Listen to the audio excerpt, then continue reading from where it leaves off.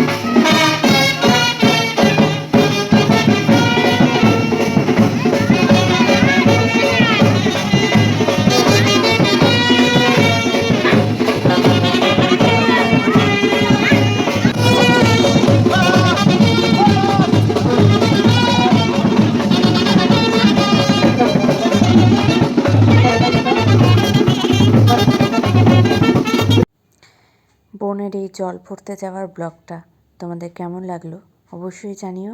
ভালো লাগলে একটা লাইক কমেন্ট অবশ্যই করো। দেখা হচ্ছে পরবর্তী ব্লগে। টাটা।